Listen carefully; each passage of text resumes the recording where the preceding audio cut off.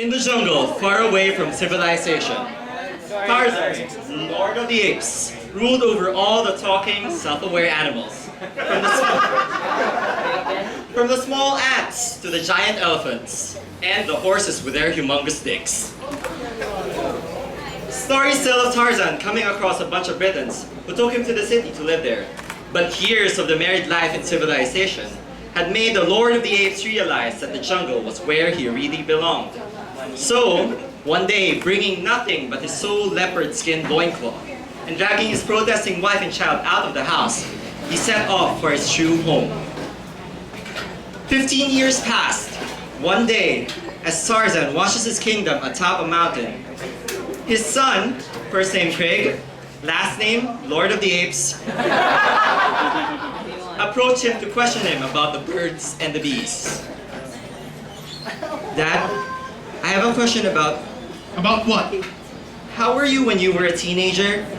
I mean, it's easy to be a teen in the city because you're surrounded by lots of people. But here we're living with animals. They can talk like normal people, but they're animals.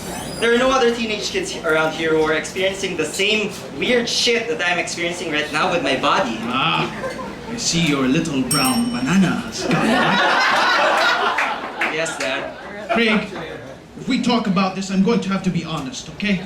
Let me just start by saying that your problem shouldn't be a problem here in the jungle. What did you do then? Oh, I did it all with the animals. Huh? Look, Craig, everything the light touches, I fuck them all. Isn't that wrong? If you're going to be king of the jungle, you need to show your dominance, that you're the alpha male of the forest. The only way to do that is to make love to the best female of each species. Living in the civilized world is boring. Trust me, after fucking human vaginas for so many times, it gets pretty dull. Don't tell your mother I said that. Wait, Auntie Helen the horse said she was a queen of the wild horses while you were growing up. That means...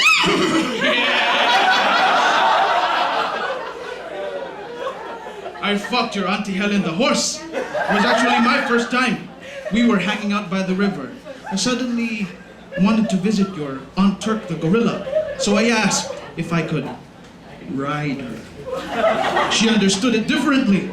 She was apprehensive at first because she's a horse and I'm a man. But I told her it didn't matter. Technically down there she can consider me a wild stallion. Isn't she too tall for your penis to reach? Son! You have my genes. When you grow older, you'll realize there's nowhere our family's penises can't touch. How about the wild hunting carnivores? The tigers, lions, and leopards. How are you able to fuck them? Oh, like Auntie Leah the leopard?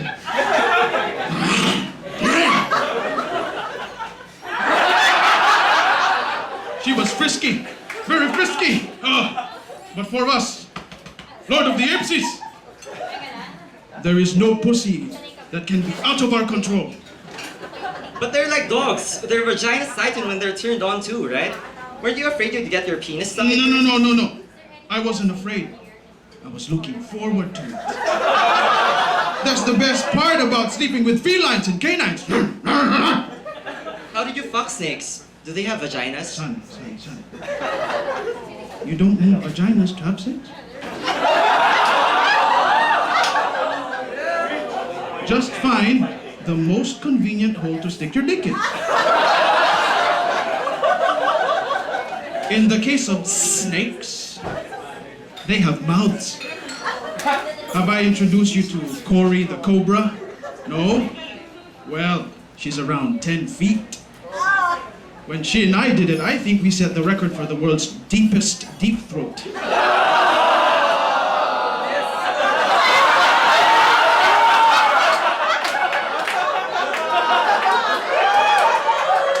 I filled her up from mouth to tail. Bugs, how did you do it with somebody from Uncle Felix the Fire Ants colony? I just sprinkled my jizz on the females.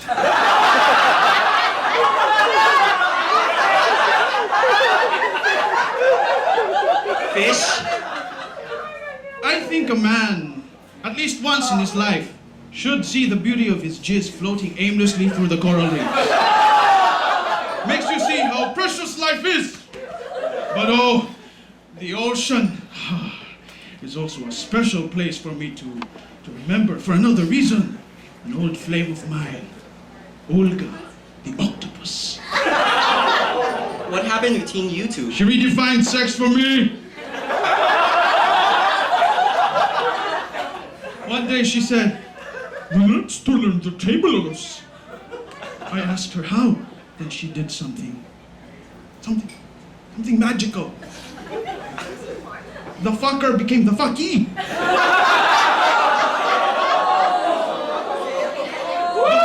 The fucky became the fucker. How? She inserted a tentacle up my ass. It was cold. It was sticky. And amazing.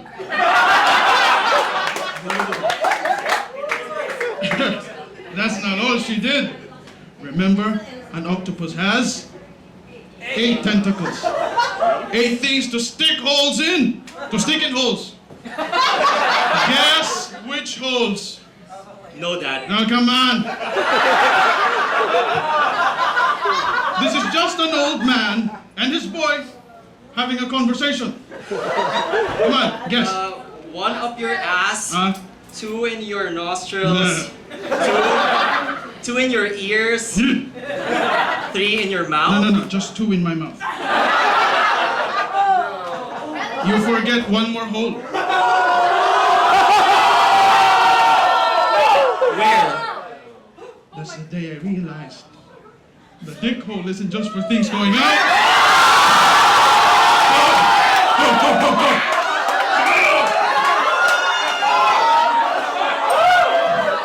Dad, that's horrifying.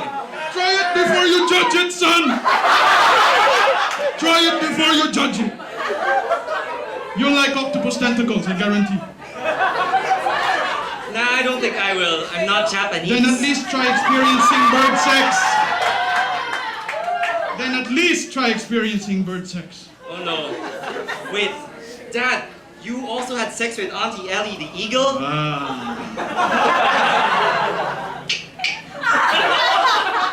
Your Auntie Ellie was a beauty when we were young.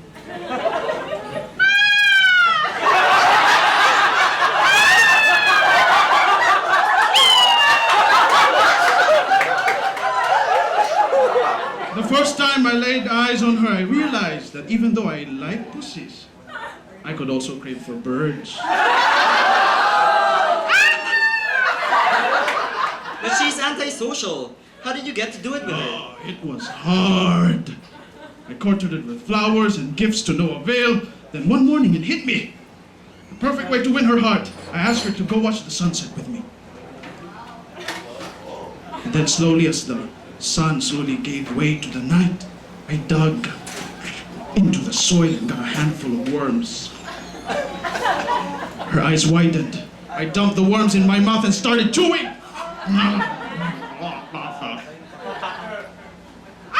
Tarzan! You sly monkey! She said, "Open up," I said. And she did. I dumped the chewed up worms in her beak. She cawed and cawed and flew over me. That night we took the meaning of sex to greater heights. She flew me off while my penis was locked tight in her. I was dangling from my dick as we soared over the Amazon. She flew down and up and down and up and down and up until both of us came. Good thing your dick didn't break. As you will know soon, our family is made up of strong dick fellows. Ask your grandfather, Kerchak the gorilla. Wait, Grandpaps was Lord of the Apes then. You're Lord of the Apes now. And you said to rule over animals, you need to fuck their most powerful females. They're queens, which means... It's time to man up and come face to face with the truth. I fucked your Grandma Kala. It was necessary, son. Weren't you afraid that you you would get her pregnant? Son, the best thing about interspecies sex, you don't have to wear protection. A man can impregnate a dog. Oh, thank God. I thought I was gonna be forced to marry Donna the dog. But I'm gonna be a father dog-human hybrids. But wait, who got her pregnant then? No. Donna the dog cheated on me. That bitch! Let it go, Fred. Let it go. That's how life goes. Animals eat other animals who eat other animals who eat other animals. Animals fuck other animals who fuck other animals who fuck other animals. It's the circle of life.